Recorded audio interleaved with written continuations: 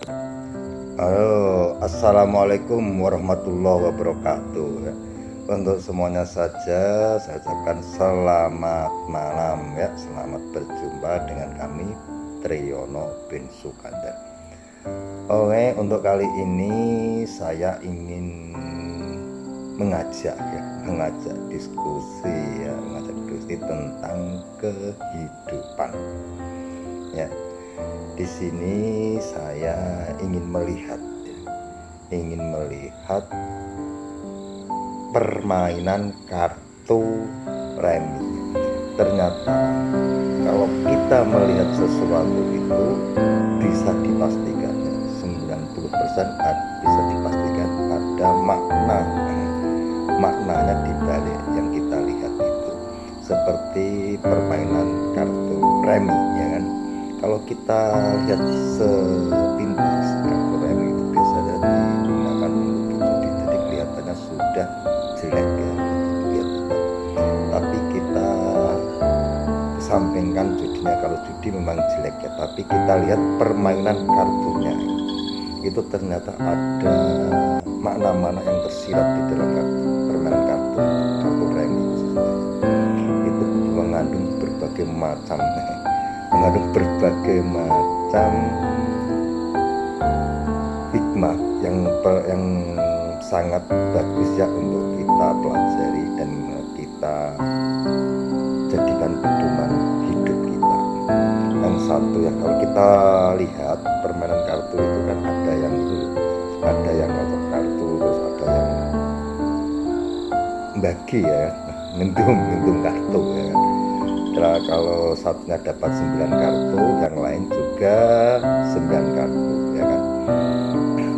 Misalkan permainan orang 3 ya, 9 kartu ya kan. Kalau saya ikut bermain kartu, saya mendapat 9 kartu dan 9 kartu itu saya buka, ternyata kartunya jelek ya kan. Itu tidak boleh protes ya. Tidak boleh protes ke orang yang membagi kartu. Misalkan begini, saya kartu dapat jelek, wah ini mau tukar tidak bisa, tukar kartu, kalau kartu tidak bisa, itu sudah kartumu, sudah jatahmu ya.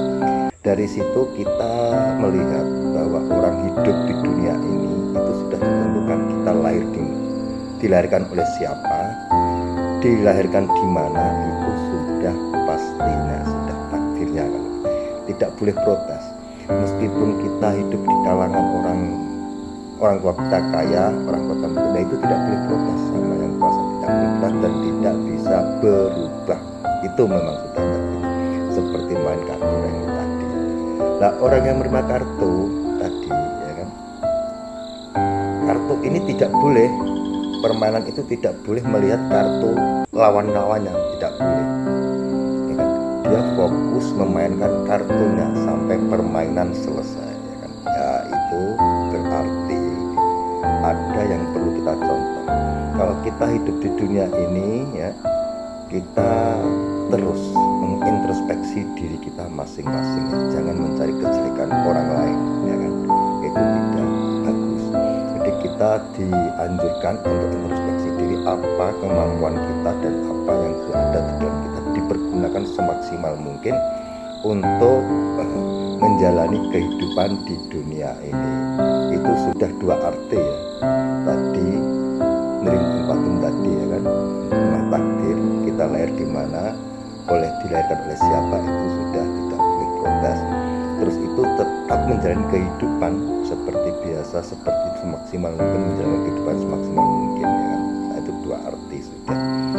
Terus kita dalam menjalani kehidupan permainan kartu remi tadi ya kan, kita menjalankan kartu tadi itu ada yang kita yap kartu ya kan, niat kartu, atau bisa makan kartu orang lain yang dibuang.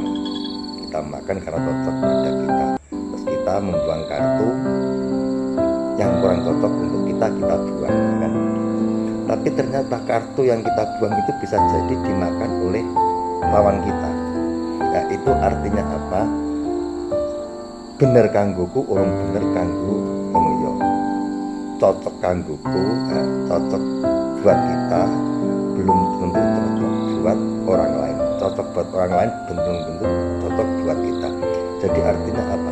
Kalau ada pendapat orang berpendapat, mungkin itu pendapat orang itu benar baginya, tapi belum tentu benar bagi kita. Dan kita juga, berpendapat kita juga benar bagi kita, belum tentu benar bagi orang.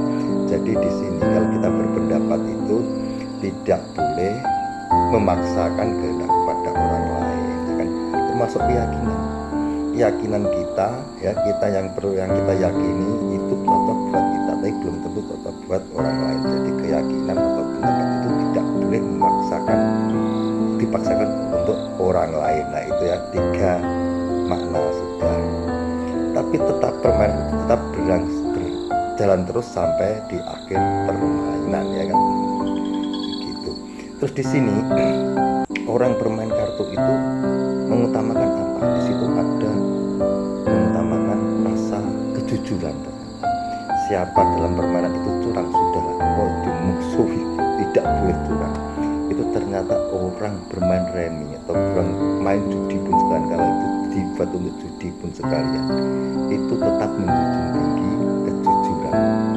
Tidak boleh curang main remi, tidak boleh melihat kartu temannya, tidak boleh misalkan kita lihat 2, yang lain 1, kita 2, tidak boleh. Kalau kita curang itu bisa didenda, seperti itu adalah baik sekali untuk kita, kan? Terus apalagi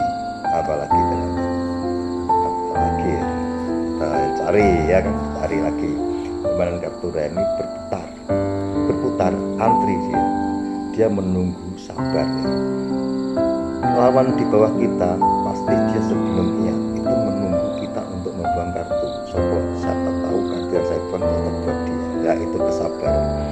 Walaupun usaha menjalankan kartu semaksimal mungkin, kita tetap harus bersabar. Karena apa? Buangnya antri, tidak boleh royoan gitu, yakin cepet-cepetan, tidak boleh.